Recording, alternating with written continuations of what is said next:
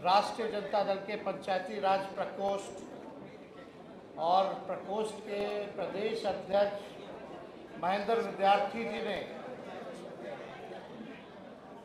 आज का कार्यक्रम तय किया है और इस कार्यक्रम में उपस्थित पार्टी के सभी हमारे वरिष्ठ नेतागण, सभी पदाधिकारीगण, सभी कार्यकर्तागण और बिहार भर से आए हुए सभी प्रकोष्ठ के पंचायती प्रकोष्ठ के हमारे साथी, आज के कार्यक्रम में आप सब लोगों का स्वागत है, आप सब लोगों का अभिनंदन है। और लगातार महेंद्र विद्यार्थी जी दिन रात पार्टी को सींचने में लगे रहते हैं, ये किसी से छुपा नहीं है। पार्टी कैसे मजबूत हो, सामाजिक न्याय की विचारधारा कैसे मजबूत हो और पंचायती राज प्रकोष्ठ हमारा संगठन पंचायतों तक और कैसे पहुँचे, बूथों तक कैसे पहुँचे, इसके प्रयास में लगे रहते हैं।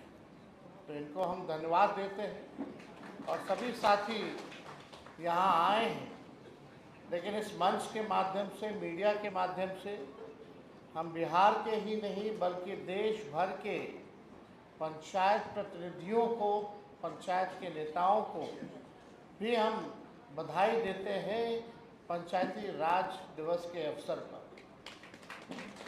और हम सब लोग चाहते हैं कि पंचायती राज जो है और जो है मजबूत हो। जब तक निचला स्तर हमारा मजबूत नहीं होगा, जब तक फाउंडेशन हमारा मजबूत नहीं होगा, तब तक ऊपर वाला मजबूत नहीं हो सकता। तो हम लोग चाहते हैं कि पंचायत के जितने हमारे जनप्रतिनिधि हैं, आज तो दिन रात जूझते रहते हैं, लेकिन इस मौजूदा सरकार ने, चाहे मुखिया जी हो, वार्ड के लोग हों, सभी लोग, पंच सरपंच हों, सभी लोगों पर जो है आप देखिएगा तानाशाही करने का काम किया है। आपके अधिकार को छीना गया। लगातार कई लोग धरना, प्रदर्शन, आंदोलन इस मौजूदा सरकार में लोगों ने किया है और हम लोग भी कई जगह गए, हम लोग उन सभी लोगों के साथ खड़े हैं। लेकिन आप देखिएगा जिस प्रकार से अफसरशाही पूरी तरीके से पूरे बिहार में चल रहा है, मुखिया जी लोग को तो धमकाया जाता है, पूरी तरीके से धमकाया जाता है कि ऐसे करो, वैसे करो, नहीं तो फंड रोक लेंगे, एफआईआर कर देंगे, जांच करा देंगे। ये भय का वातावरण जो है इस सरकार में जो है बनाया गया। हमको तो कुछ कहना नहीं चाहिए, लेकिन प्रधानमंत्री जी के कार्यक्रम में भी अधिकारी लोग जो हैं, सभी लोगों को चिट्ठी जो है भीड़ जुटाने में लगाए हुए, फरमान जारी किया जाता है। तो उस हिसाब से आप देखिएगा जो मौजूदा सरकार बल्कि न्याय करना चाहिए, लोगों को जस्टिस देना चाहिए, वो न्याय और जस्टिस ना दे करके आप लोगों का शोषण करने का काम कर रहा है। जिस प्रकार से अफसरशाही लागू, और ये चुनावी वर्ष है और इस बार बिहार की जनता ने 20 साल राज्य की सरकार को देखा, 11 साल केंद्र की सरकार को देखा, फिर भी बिहार हमारा सबसे गरीब राज्य है पूरे देश में। सबसे ज़्यादा पलायन किसी राज्य में होता है तो बिहार में होता है। सबसे ज़्यादा अगर बेरोजगारी है तो बिहार है। प्रति व्यक्ति आय अगर सबसे कम किसी राज्य का है तो बिहार है। प्रति व्यक्ति है, बिहार है। किसानों के आय में बिहार सबसे फिसड्डी है। ना कारखाना है, ना कोई उद्योग है, ना कोई धंधा है। लगातार लोग जो है पलायन कर रहे हैं कई क्षेत्रों से। सरकारी आंकड़े बताते हैं 3 से 4 करोड़ लोग तो पलायन कर रहे हैं। हमको लगता है उससे ज़्यादा ही जो है लोग जो है काम धंधे के लिए लोग बाहर जाते हैं। आज बिहार को जिस हिसाब से सौतेला व्यवहार केंद्र सरकार कर रही है, कोई विशेष पैकेज नहीं। कोई भी आप देखिएगा विशेष राज्य का दर्जा देने से मना कर दिया गया पार्लियामेंट में। कहीं भी आप देखिएगा जो सहयोग आर्थिक तौर पे बिहार को मिलना चाहिए था, नहीं मिला। इसलिए आज आप सब लोग, ज़्यादातर लोग किसान हैं, सब लोग किसानी करते हैं। हम तो चाहेंगे कि आप लोग अपने पंचायत में जा कर के लोगों को जोड़ने का काम करें और इस बार 25 के एनडीए सरकार को उठा करके फेंकने का काम करेंगे। 20 साल पुरानी ये खटारा सरकार है। खेती बाड़ी करने वाले लोग जानते हैं, एक ही ब्रांड का बीज अगर रोपिएगा खेत में 20 साल तक तो ज़मीन बंजर हो जाता है, फसल नहीं आता। अब समय आया है नया बीज रोपने का, ताकि अच्छा फसल आए और आने वाले नस्लों का भी भविष्य बेहतर बने।